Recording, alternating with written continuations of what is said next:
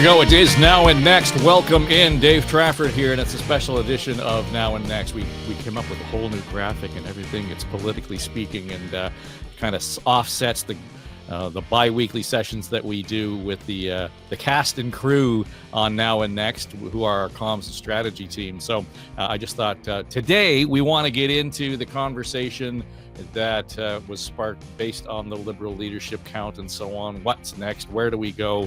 So welcome in, a little bit out of the schedule.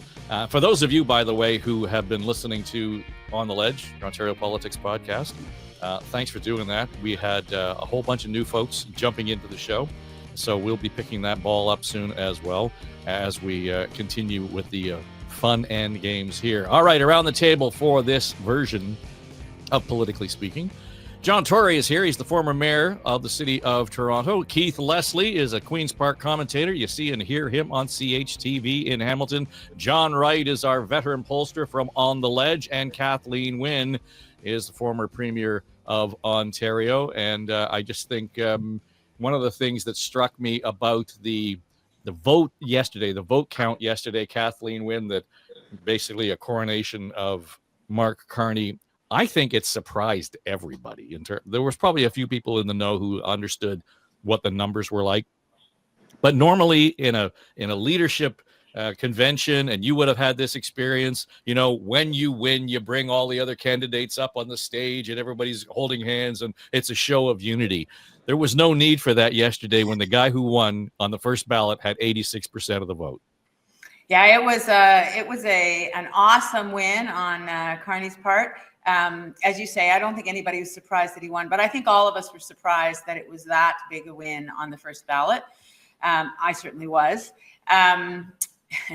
He got the mandate that Ford was looking for in the provincial election, right? No, I think it was pretty clear that there was unity in the room, though, Dave. And in his remarks, he referenced all of his colleagues who had run, and I think he's going to move very quickly now to establish the go forward. What do I know? But I think we're going to go into an election pretty soon, very quickly, I think, and then that will, either consolidate or not his mandate to go forward. But it was, as a Liberal, I was very, very happy yesterday to see that level of energy and unity in the room. It really pleased me. Well, John Wright, that whole idea of the Liberals making a sort of a decisive decision in many ways. There was no kind of equivocation about who they would want, who would be good, bad, or otherwise. Karina Gould was a media darling, but barely made up, the margin of error in terms of her vote here. Not to say that she doesn't have a place here, but the party really did pronounce itself. Yeah, and it's one of the few times when media hype actually meets the reality. I mean, everyone expected that Mark Carney would win. Secondly, it allows the Liberals to go forward without any backfighting. I mean, there's no factions, no nothing. This was a crushing win. And thirdly, I think anybody who looked around as to where the vote came from saw it in all of the ridings, particularly, I'm going to say, Krista Freeland had, 8% of the people walking around shaking her hand, talking to her, and saying nice things to her, but also in her own riding, only about 12% actually voted for her. And that's an amazing, feat. So it was an all-around solid situation, which bodes well, I think, for the Liberals going into the campaign.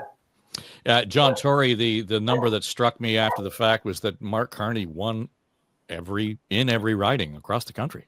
Well, and I think most particularly, you had two MPs. John Wright mentioned one, Christian Field, the other one being Karina Gould. So they both had riding associations, and I don't think it was a disloyalty to them at all. I think what it was, and you can never sort of read these mass, occurrences across the country involving hundreds of thousands of people. But I think a lot of people just concluded at the end of the day, who might have been intending to vote for one of the others, that we better skip that part that you mentioned, which is the kind of unity part. We don't have time to be having sort of kumbaya sessions, because a lot of them don't just happen on stage. They happen behind the scenes where you're plugging people in, to the party apparatus and so on. I think people maybe came to the conclusion they knew who was going to win. If he'd won with 54% yesterday, I must say, by the way, I was just party president's up there making this speech, and it's one of those things. I guess that was his moment in the sun, but you're just saying, like, get on with it, buddy. But my reaction was, wow, like, I could not believe. I thought he was going to say 58 or 62, and he said a number over 80. But it just means they can more or less skip that part. They have to bring some people in and so on, but it's not of necessity. It was a unified room and a unified party in making that choice. So now he's able to get on with the rest of it. Well, timing is everything in many ways as well, and when this all plays out, and the whole rally around elbows up. I think the Prime Minister used that phrase in his outgoing speech yesterday in Ottawa. There was a rally out there that in Ottawa that was dealing with it. Our friend Bill Carroll was up there talking to the crowd, and you can see there was a real energy around it, and it was bipartisan. Keith, it wasn't just about Conservatives or Liberals or NDP. These were all Canadians out there waving the flag and saying elbows up. So you got to give Trudeau at least some credit in terms of being able to take advantage of that moment. I had no idea whether or not he did that purposefully or not, but it was a performance. Absolutely. It's what Canadians were looking to see. And as you say, it goes across all parties. Everybody was out there. The whole elbows up thing, Mike Myers doing it at the end of Saturday night each week. It's something that's on people's minds, and it's part of the unifying thing. I think it was part of Jean Chrétien during his speech there. He summed that all up, and he stopped this nonsense, one old man to another. He had the room read very well. I think Carney getting 86% really just solidified everything. I think we have to look at how good Karina Gould's communications people were, because she was certainly expecting, and I think we were all expecting, that she was going to get a heck of a lot more than 3.2% out of that rally or out of that vote. She did very well, and I think she's definitely has a future in the party, but 3.2% was pretty weak. Although for Chrystia Freeland, I mean, barely getting 8%, I mean, as others have noted, I mean, it wasn't a loyalty thing at all as to whether there are people. I think they're looking at who can win the election. We're going to have an election, maybe not in October, probably within a few weeks. Who can win that damn election? And it wasn't going to be some, fairly new cabinet minister that no one in Canada knew. And it wasn't going to be Chrystia Freeland. That she was just far, far, far too closely tied to Justin Trudeau. So it was going to be who can win the election. That was Mark Carney, and he was the one that the Liberals could actually tout as change. I know the Tories are trying to mock it. He's not really changed. It's a sneaky thing they're playing. I mean, sneaky. Come on, that's a weak argument. It was an incredible victory by him, and it's going to, as we say now, at least the Liberal Party, and in that room, they had to book an overflow room. They weren't sure they were going to fill that room. They had to book an overflow. So from there all around, they really got a bit of momentum. Can it spill out beyond the Liberal Party faithful and members? We'll see, but they certainly have a bit of momentum, and I think that's what we'll see. Carney moving quickly to get himself organized and get ready for the election. Dave, can I just jump in? I just want to reinforce something that Keith has said about the loyalty, and John said it too. I don't think Karina Gould getting the numbers that she got, or even Chrystia or Bayless. I don't know Bayless at all, but I don't think it says anything about how Karina Gould's supporters felt about her, or how people felt about her performance. I think it really is about a moment where people are very anxious and they really wanted to skip to the conclusion, and it does not mean anything about what Karina Gould's future, for example, is going to hold. So I just think we need to recognize that. So those numbers, that's 3%.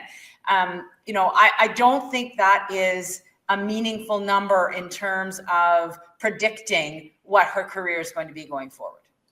So let me ask you this then: if that were the case, John Tory, did Chrystia Freeland do herself a disservice by actually throwing her hat in the ring here, sensing that Mark Carney was probably going to be, the odds-on favorite to win? I realized early on it was hard to say, just generally speaking, but Karina Gould can be seen to be the next generation. There's a new leadership that we need to draw upon. She can be that.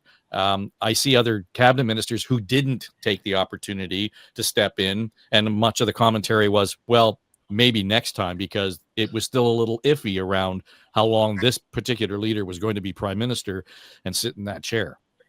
Look, I think it took a lot of courage for any of them to run, because at the end of the day, while things certainly look different today than they did before this all started, it's still a very difficult path for this new prime minister or whoever else had won to go along and to emerge victorious. It's certainly better odds than it was before. I think Chrystia Freeland wasn't from the next generation per se. She was from this generation, and I think it was almost necessary that she did step up because she had been the deputy prime minister. Let's not forget she had also been somebody very involved, if I could put it that way, in the departure of the prime minister, Trudeau. And so I think she kind of had to step up. And so in that sense, I think she did what she had to do, and it wasn't based on political calculus. I mean, if she had won, she'd have been the prime minister. She didn't, but I think she will still be a senior player if she chooses to be, and they all had said they would be in Mr. Carney's administration. So, in that sense, I don't think she expended any sort of particular political capital. I mean, you always do when you lose a little bit, but I just think in her case, she can emerge out of this as a key player in his government, and then we'll see going forward how long that government lasts in the context of the election to come. Yeah, John Wright, the idea that Chrystia Freeland will play a role in a Carney government is the question mark for sure. But his overwhelming win means he doesn't owe any of them anything. He did this all on their own. It's not like somebody was a kingmaker here. Well, true, and maybe she'd accept U.S. ambassador to Washington. That certainly would be a fun moment. I'm just joking. Look, I think when you really look at it, there were. Chrystia Freeland was tied to the Trudeau agenda. She was it. She was part and parcel of that. What I heard from Karina Gould was two things. Number one, she not only represents the future, but a young future. I mean, she connects with young people. If anything, there was speculation yesterday in the vote that a lot of older Liberals weren't going to be able to qualify because they couldn't work the app, and she might overwhelm them because she's got all the young bucks who are out there doing that sort of thing. So she represents a really, really important part of the future in galvanizing young people to get involved. But the other part was her speech alone. When you listened to it and contrasted it with Carney, there were two very different visions.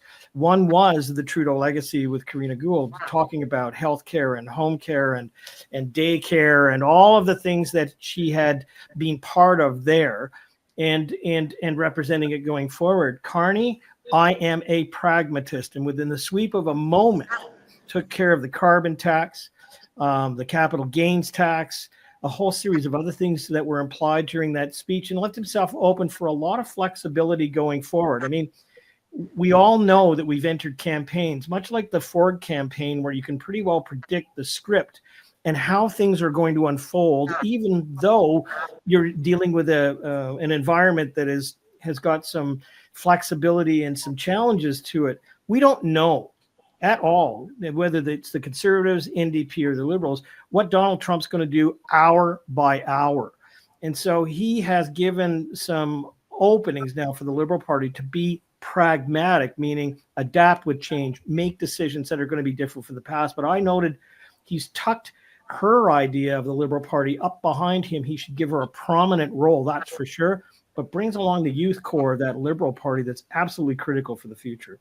Well, the thread that was pulled through that entire presentation, though, with Karina Gould being the focus of it in terms of the sort of the new breath and blood for the Liberals, we got to take a few minutes here and just nod to Prime Minister Chrétien, who, for all intents and purposes, I think owned the room for that 20 or 15 minutes, whatever it was. It didn't feel like a long period of time, but boy, he sure hit the highlights. Governments have absolutely right in retaliating as they have, and I congratulate all of them. If it is necessary, the governments altogether can consider going further, anything the Americans where it really hurts, by imposing an export tax on oil, gas, potash, steel, aluminum, and electricity.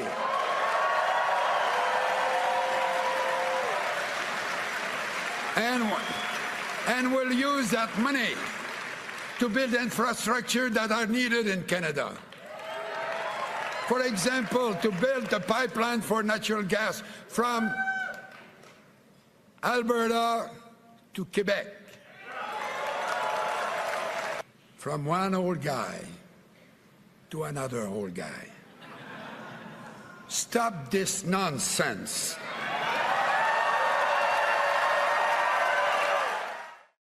Canada will never join the United States. I can tell you that my parents were not millionaires from New York. They were workers from Shawinigan. But my mother taught us good manners.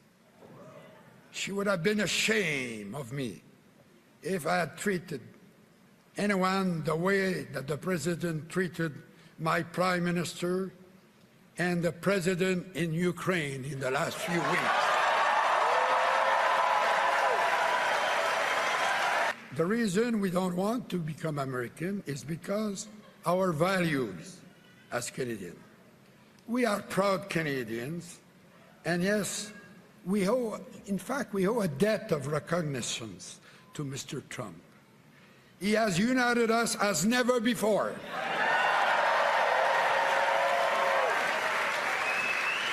So I want to say thank you to him, and I think I will propose him for the order of Canada. I'm just kidding. Canada is and will remain the best country in the world. Vive le Canada!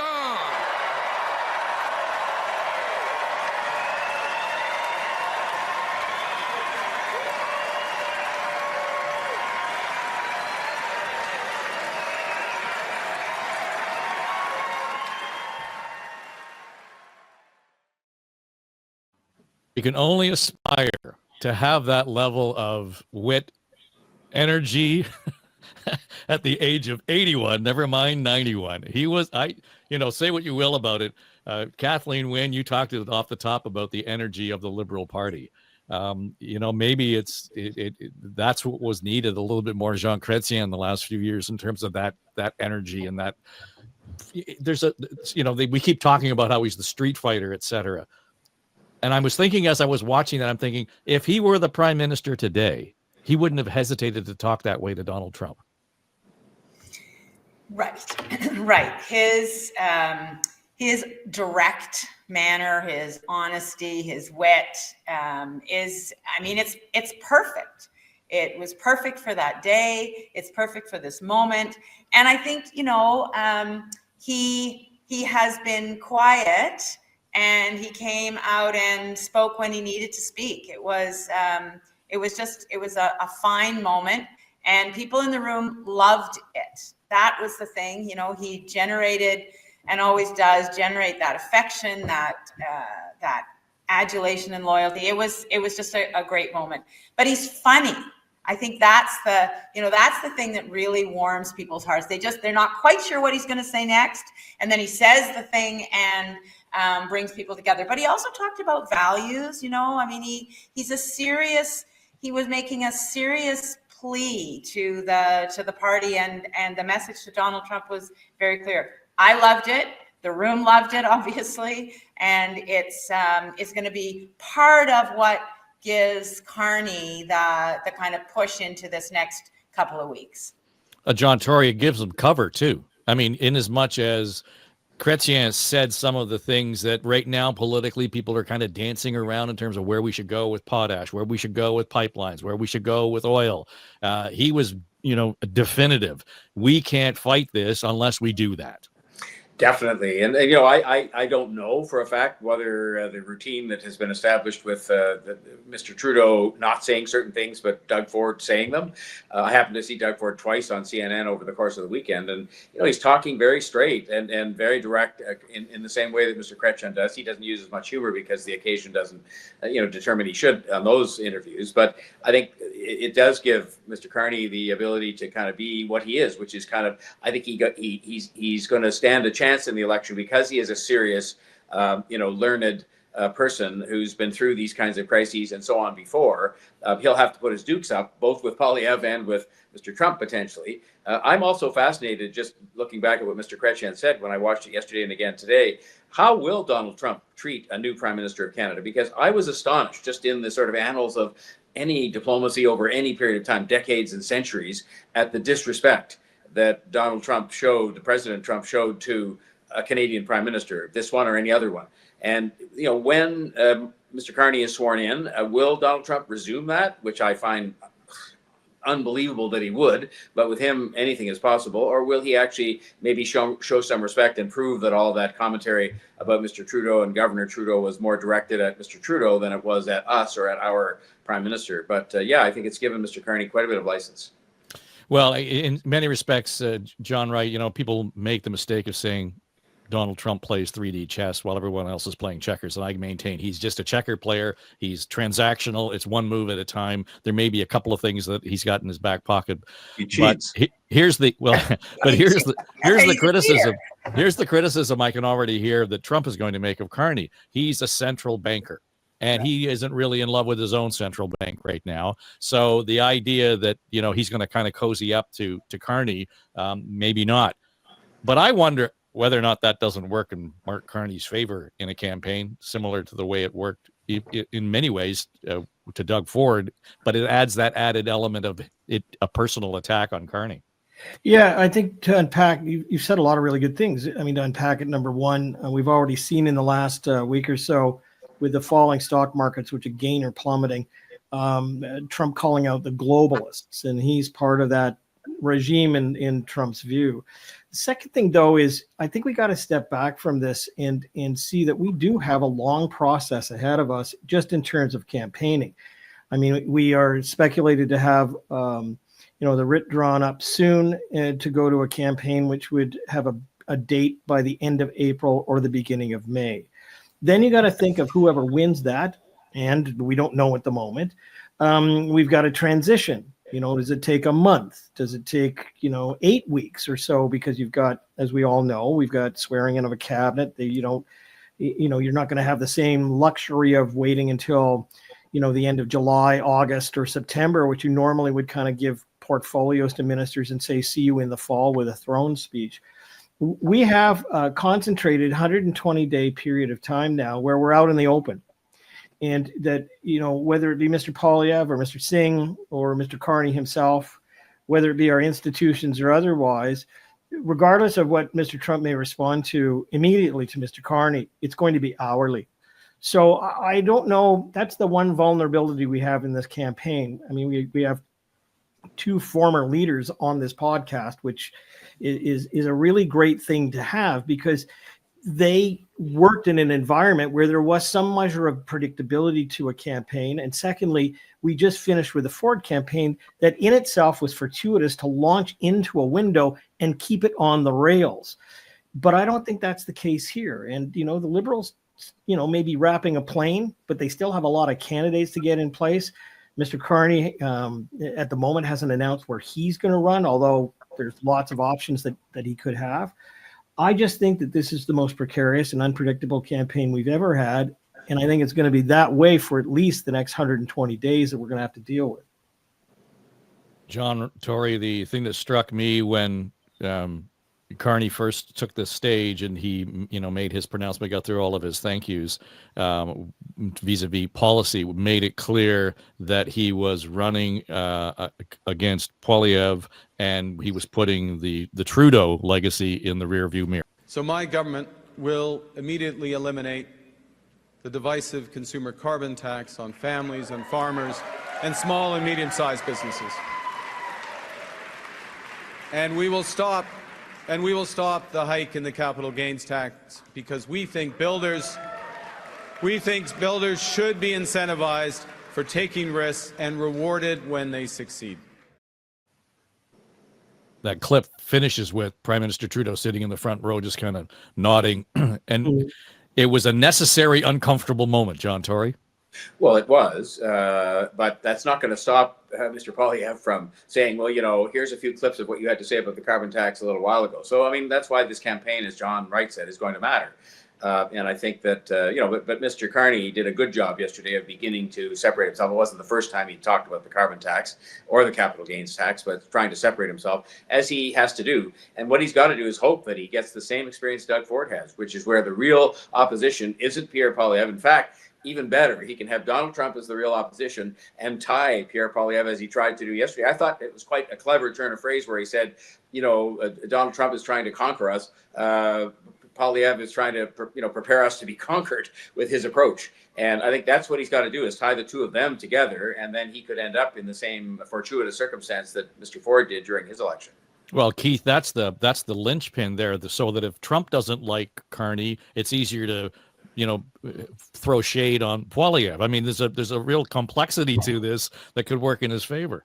Well, absolutely. To complete the quote that John Tory was just talking about there, it was, if someone worships Trump, he's going to kneel before him, not stand up to him. And I think that was indeed the quote of the night for Carney. He's linking them both together, and why not run against both of them?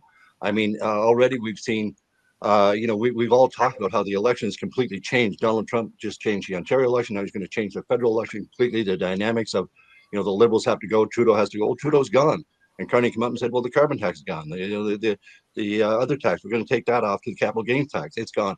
It's going to be a whole new campaign, and it's going to be all about Trump. Doesn't matter what what Poilievre comes out. And all he come up with so far is carbon tax, Carney, hammering home those ads, just overflooding the market, still basically saying Canada, yesterday, the big conservative rally in London, Poilievre said what the Liberals were doing was sneaky, replacing Trudeau with Carney. Sneaky? I think someone posted something like 11 of our 23 prime ministers have been appointed by their party, a prime minister designate, before they get elected in a general election. There's nothing sneaky about this. It's the parliamentary way it's done. He knows it well, and to play people to intentionally play stupid like that, I think goes against him. Is reading the room all wrong. They need to find something else to come at the Liberals with.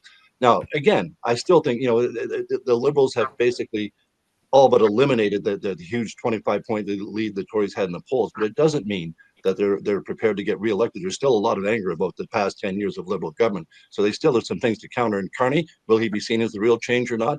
Clearly, the Liberals see him as change. Will Canadians see him as change? Well, Kathleen Wynne, by that grade, you would have been a sneaky premier. Exactly. I know. I kept saying, but wait a minute. This is how it works, people. This is how it works. Yeah, I think that one of the other lines that Carney delivered kind of points to, yes, he's getting rid of the carbon tax, but back to his values. He talked about Canadian values. He also said, Pierre Polievre is going to let Canada burn. And I think, the notion that we as Liberals are going to back away from doing the things that we need to do to sustain our country, sustain our communities. I was encouraged to hear that, I think that people need to know that this is a serious person who understands the economic issues, but also understands that the economy goes beyond a balance sheet, that the economy includes people, it includes what people need in their lives. And I think that's the kind of Liberal that he is. And I think that's part of why, yes, it's about winnability. And you hear Scott Reid talk about, the only thing Liberals think about is whether the next leader can win the election. Yes. But this Liberal and many Liberals think about, what does this person stand for? What kind of human being is he? And how is he going to treat other human beings? And I think that is going to give Carney a huge advantage over Pierre Polievre in the election. So I want everybody's take on this, because I missed it the first time when I watched it live. And then I was going through it again this morning. It struck me that Carney talked about Trump, but only against the backdrop of Poilievre. He talked about the threat of Canada against the backdrop of America.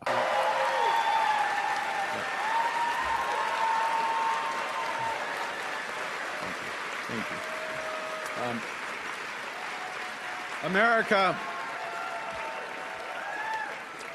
America is a melting pot. Canada is a mosaic. And Canada never, ever will be part of America in any way, shape, or form.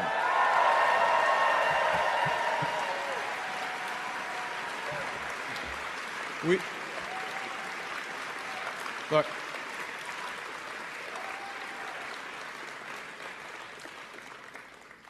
we didn't ask for this fight. We didn't ask for this fight. But Canadians are always ready when someone else drops the gloves. So the Americans, they should make no mistake, in trade as in hockey, Canada will win. Aux Americans. And John Wright, one of the other lines was, in the United States, healthcare is a business. In Canada, it's a right. So he distinguished between Trump and the Americans. And, for the last 2 months, everybody said, "Oh, it's not about the Americans, it's about Donald Trump." That was pretty subtle, but it was an important point because he repeated it several times throughout his speech. Well, he's really talking about the cultural divide. All of us who are on this panel will have heard those phrases many times before in our life, especially about the melting pot mosaic. But it also sends a signal that to young liberals and others that these are the important principles that he's going to deal with. Look, he still is going to be prime minister. He still is going to have to deal with Mr. Trump. And so I don't think he could be as outlandish as others might. But the reality is he had to bring to that floor and to bring to the country our first sense of what Mark Carney is about. This was really, you never get a second chance to make a first impression. And granted, the Conservatives are going to paint his wagon as much as possible. But all of the clips that we've seen today were such a contrast between the prime minister who was before him on the stage. I think we have to take into account, the polls do show that the Conservatives are in line for a majority government. That is a fact. You need 37%. They're hovering around 39%. The Liberals have gone from 19% in the polls up to about 31, 32. But on a case-by-case ballot NDP Conservative Liberal point of view, there still is this gap that the Conservatives own. The question then has been, well, what does Mark Carney bring to the party? And the reality is that it's been a bit of a phony war. I call it the propensity to vote. It's kind of like we knew that 30% of committed voters to the NDP and the Conservatives were willing to take a second look at the Liberal Party. Mr. and Mrs. Front Porch have heard something out there and they've gone, yeah, I think I'll take a look at this. And it's drawn it up right to dead even, almost 37, 38%. Where the outline poll, I would say at the moment, but not in a bad way for their methodology, was Léger, which did show by the end of the week that the Conservatives were way back up in the polls. I got to say that if you're beyond the 19% of Canadians who were Trudeau Liberals to the end, you just want this former Liberal leader gone. And we have been reminded over the last 10 days where he's been in the front window and on the television every single moment, how damaging that brand has been in the last period of time. I think, again, Mr. Carney is trying to present a new face to the Liberal Party. He's got to obviously deal with the Conservatives who are going to attack that, but he's also dealing with Donald Trump for the first time. So better to support the values and draw the contrast than directly go after the man. There'll be lots of time for that. But this is a new Liberal Party. Let's make no bones about it. They're going to have to run it in a very different way, but by keeping some of the main tenets that have held it together for the last number of, decades. John Tory, some of the analysis after the whole thing was finished last night was, the guy's not a politician, and he's got to learn how to be a little bit more energetic and personal in terms of his presence on the stage. I don't hear anybody typically off the top of their head say that. I understand why people respond to that charisma factor. But in this circumstance, I just get the impression people want an adult in the room. And if nothing else, good point. Mark Carney has presented himself as an adult in the room. I think that's exactly right. I've heard people saying, look, we've got this international crisis.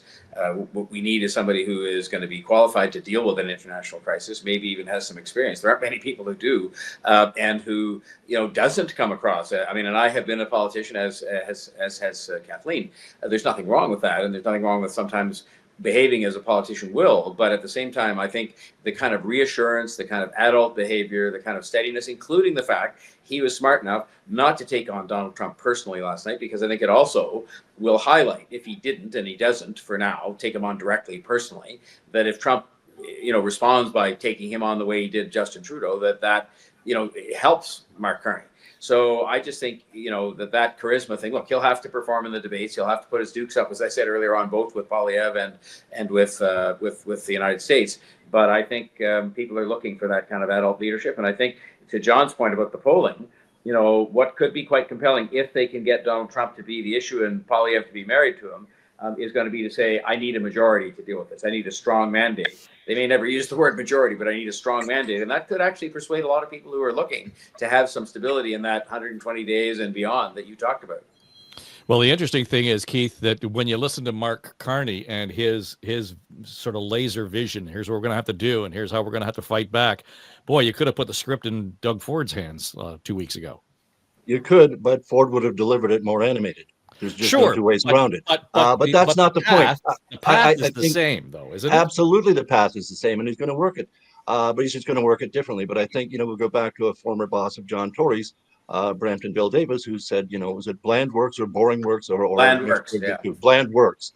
And in this case, we're absolutely looking for an adult in the room to deal with Donald Trump, because, putting into someone else who's just going to slogan back at him is not really what we need right now. We need someone who has, the international experience, the financial experience. This is an economic war that's been declared against us, and it threatens our sovereignty. What more do we want than someone who's going to be cool, level-headed, and has dealt with some pretty major international crises himself?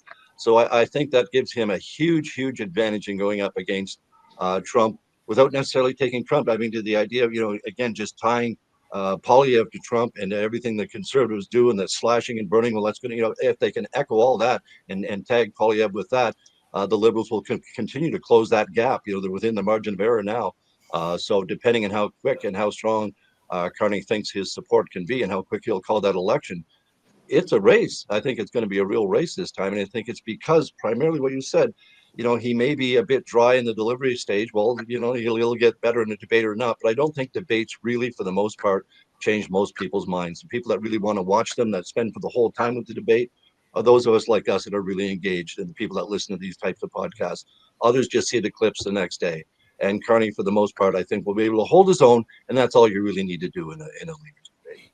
Yeah, and I need to jump in a couple of things. So I think that when we're talking about charisma, I don't think the comparison, John, right to your point, the comparison, yeah, I guess for some people it will be comparing him to Trudeau. Trudeau had oodles of positive charisma, and that faded over time for people. But Pierre Polievre's got oodles of negative charisma. So I think that the comparison going forward, and Carney's talking about going forward, is going to be, how does this guy measure up against Pierre Polievre? And to the point about an adult in the room, the reason people want an adult in the room is they want someone who can talk in paragraphs. And sure, you can get someone to talk in slogans, and yeah, you can put those words in Doug Ford's mouth or whomever, but Mark Carney actually understands what he's talking about. He can actually weave the slogan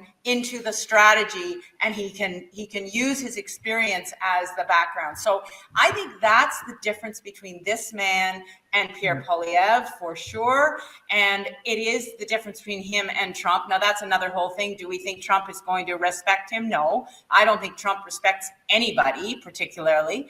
And so I think that's a whole other issue. But in terms of him getting through this next election, he's going to be put up against Pierre Polievre, and that is what the image is going to be. Is he going to be able to be that adult in the room, talk in a way that people can understand, and not be that angry, mean person who is going to be standing across the podium from him?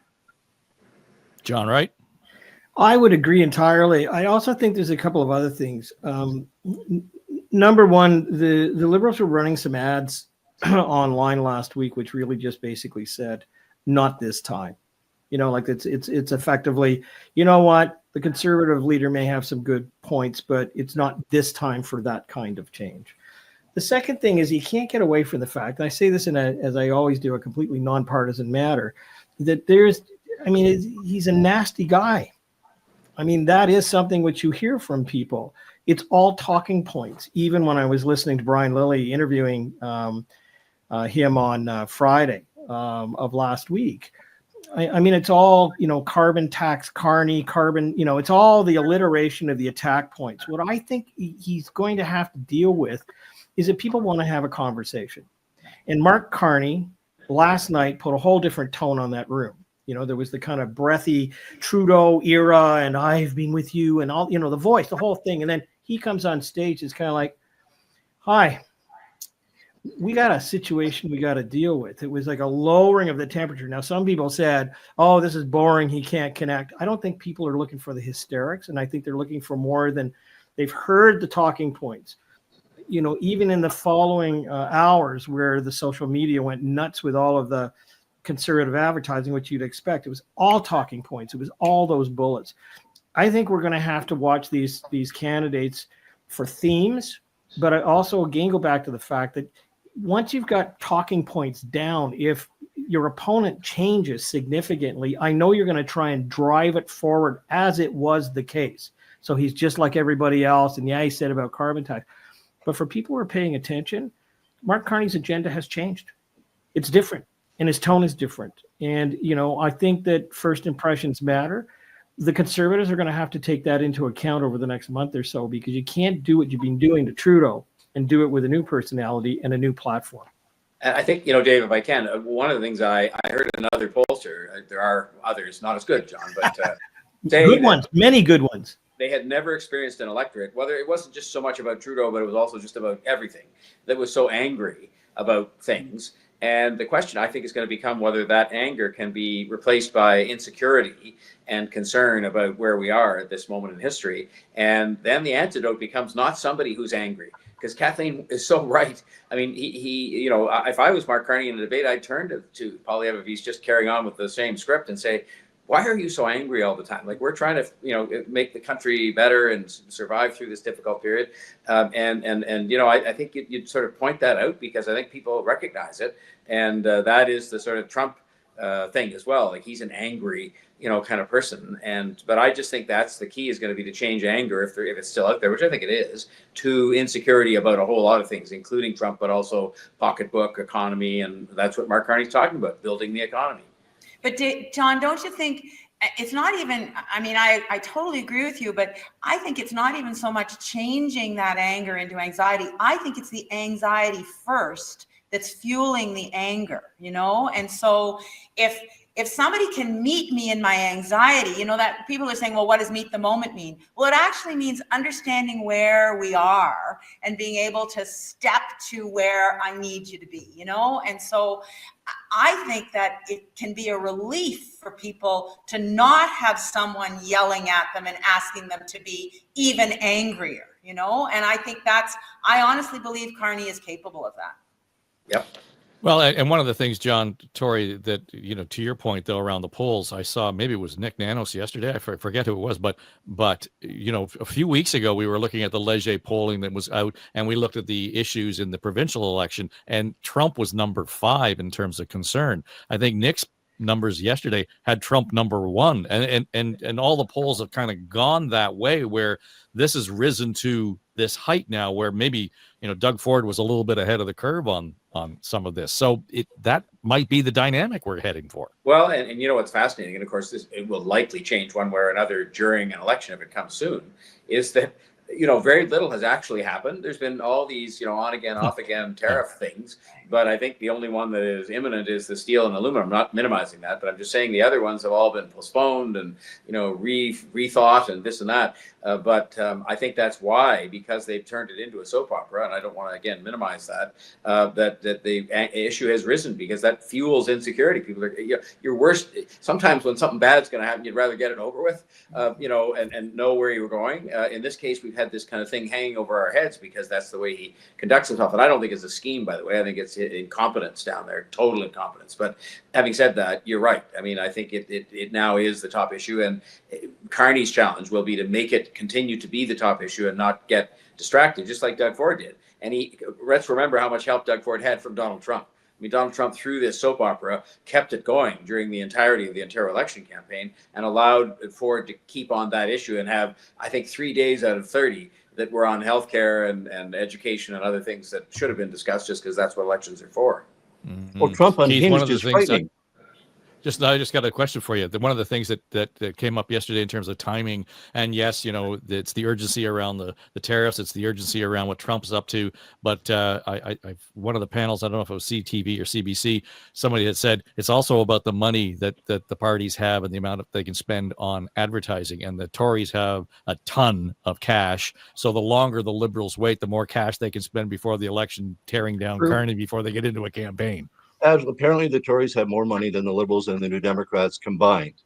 You probably throw the Greens in there for all the money they would have. So the Conservatives are absolutely, and they're going to spend it, and they're going to spend it directly. A lot of online stuff directly targeting Carney. To the people they think that will most likely support them. They're going to use it to divide people. I mean, that's what's going on here. It's best if they can upset people, get them divided, and say that Carney is just a copy of Trudeau and trying to link him back to the previous government, and not view him as change at all. Claiming it's sneaky that he's been put in as the PM designate. Will it work for them? I don't think so. I think again the mood in the room is Canadians are united. They're not buying this Canada is broken routine, and the Conservatives pushing that sort of angle. I think they're speaking to the people that are angered there, but the anxiety that Kathleen spoke of, it goes back to Trump being, and I think this is why it's increased more and played more into Doug Ford, because even though Trump hasn't actually done a heck of a lot, he's more unhinged every day in what he says. And it's not, so at first we were able to, laugh off sort of or dismiss the 51st state stuff. Then when he started going further, and I'll just take Gaza and I'll put a resort in there, and then we'll just, heck, we'll start, we'll stop supporting, giving Ukraine air support and radars. They're basically siding with Russia now. Nobody saw this coming. I think this is creating anxiety in Canada, not just about tariffs, but about everything. When the supposed leader of the free world is talking and siding with Russia, well, maybe he will come and want to take Canada, maybe not just by economic force. We don't know. I think that sort of anxiety is what needs to be addressed. And it needs to be addressed by Canada showing itself, united, not broken. And there was one little point, and I didn't hear Carney picking up on this. In Chrétien's very popular speech, he did deliver one little message there about the pipeline needs to be built from Alberta to Quebec. That's a real message in there. That was a real serious message in there to all of the country, basically, that if we're going to get rid of these interprovincial barriers that supposedly can almost offset the Trump tariffs, this is the kind of anger or issue that has to be dealt with. And it means Quebec is going to have to make some movement.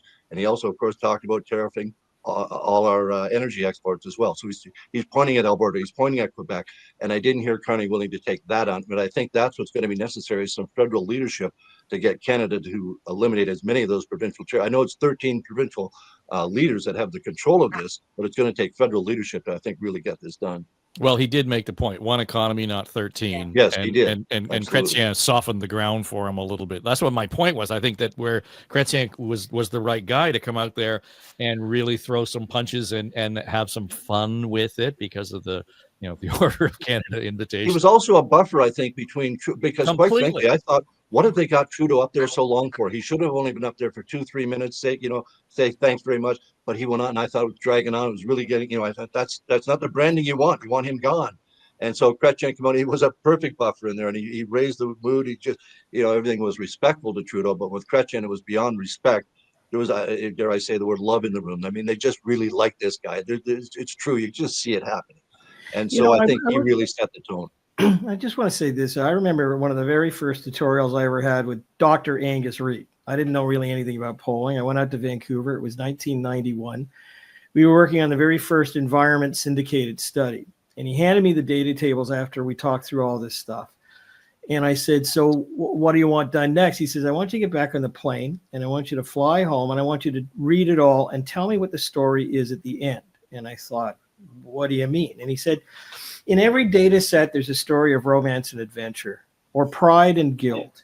And he said, this one's probably about pride and guilt, where people feel pride in what they want to do, but guilty about not doing anything about the environment. And that was the brilliance of Angus Reid. I mean, he's a serial entrepreneur, but he's able to say, take the story and understand it, but then you own it. It's your story. It's not the data story. It's yours. So by the time I got back, it was precisely what it was, and there you go. So I've always looked at this, and look, you can get up with a 40% majority government and every morning believe that 60% pretty much either don't like you, but I good proportion hate you for what you're going to do. So the real issue that brought Justin Trudeau through in 2015, to me, was the final 10 days of the campaign, where dislike, distrust, hate, whatever you want to call it, gave way to a resolve among about 15% of the public. They just wanted hope. And at election campaigns, we always have to look at this and say, yeah, we can be into micro-targeting, we can do all the work that we want, but at the end of the day, it's about a character. It's about something that's very hard to capture at the time. And that is going to be the challenge going forward in the next couple of weeks, because again, we're into character challenge, but the character will be challenged during real time. That's the issue. I mean, Pierre Polievre is not going to have control over it. Like, he's going to be buttoned in as much as he can. There'll be heightened scrutiny on what he says, but we're discovering the character of a new age. So I think there's always anger out there. And I think, as I like to say to my kids as a parent, spread the word, love people, and is the best quality. But I also say to them, in politics, anger has changed the world far more than love. I mean, it really has fueled, people who want to do things to change the world. And I think we're in that era right now where people want change, but they want resolve, and they want a mandate that allows them to say, I can put my trust in that person to look after me. And I think this is going to be I can't remember outside of the free trade debate years ago when something like that has swirled around. We don't have the raging grannies this time, for sure. But it harkens me back to those days when things seemed unsettled and angry, but people will be looking for hope, and it'll be not everybody, but it'll be looking for a slice of them. Well, I think, John, right, you mentioned that, it's going to be about the people who are paying attention, and it's not just this group here and the those like us. This might be the biggest change in terms of engagement. If this is the issue that comes up, and I mean, free trade did that, back in the 80s in terms of engaging an electorate. So a lot to do and a lot to talk about, and all good of you to jump in and do this for us today. John Tory, John Wright, Kathleen Wynne, Keith Leslie, thank you. And this is our politically speaking version of Now and Next, and we do that bi-weekly with the cast, the comms and strategy team. So it's just good fun. But I thought, in this context, it's not really on the ledge, so we just went ahead and rebranded. So if you are enjoying the show, make sure you subscribe to the podcast feed, and of course, you get Now and Next and On the Ledge in the same YouTube channel. Otherwise, you can continue listening to us on the audio platforms, Apple, Spotify, iHeart, etc. And so thanks for doing that. All right. I'm Dave Trafford. This is Now and Next. It's the politically speaking version of the episode from Story Studio Network. Pay no attention to that man behind the curtain. Now and Next is Story Studio Network's flagship podcast, produced by our chief executive producer, Dave Trafford, and supported by our entire SSN team, including our senior producers, Becky Coles and Jen Hudson, our technical producer and audio editor, Mike Trutler. Jamie Nickerson is our production manager, and our sonic logo designer is Greg McDonald. Also, I'm Aaron Trafford, Queen of the Universe. And that's all I have to say about that. Okay, everybody, that's a wrap. This is SSN. Story Studio Network.